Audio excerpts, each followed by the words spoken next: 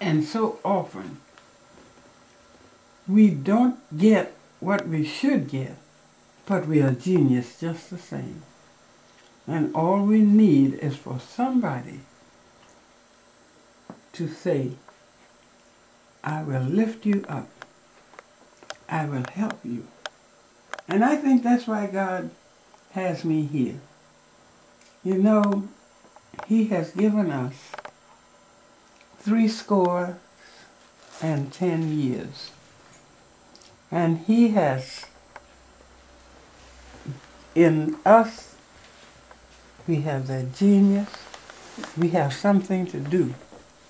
Every one of you has something that God wants you to do. Every one of you has an idea what you want to be. I was talking to some high school students, and I asked them, what would you like to be? And this was in Boston. And nobody said, I want to be a junkie. Nobody.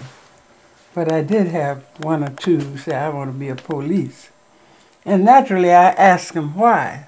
Why would you choose? Why are you choosing wanting to be a police? Because somebody killed my brother, and I want to get even with them. That was the wrong thing. The wrong thing. You don't do tit for tat. You don't decide that I'm going to do something wrong. And sometimes you may be able to help me.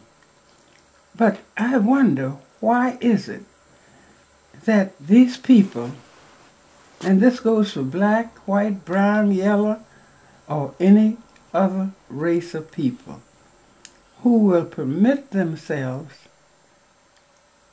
not to follow their conscience, but even to kill somebody, and knowing the price that has to be paid. Now, personally, that's the only thing that we cannot give back. If I were to steal $1 million, I may be able to compensate in giving up everything I have. If I were to steal anything, I can go to jail and serve time. But, and that means that I'm compensating for what I did. But I can't give life back. That's only in the hands of God. Why would we kill people? But one thing we can't get away, and that is ourselves, our conscience. And this is why we need to have more self-esteem, more race pride. This is why we've got to love ourselves. Love is of God. Love is that conscience that guides us and leads us. And when we don't love ourselves, we don't know how to love others.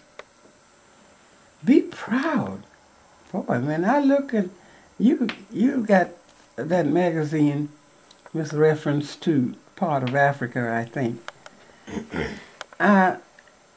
You would be surprised to know your background.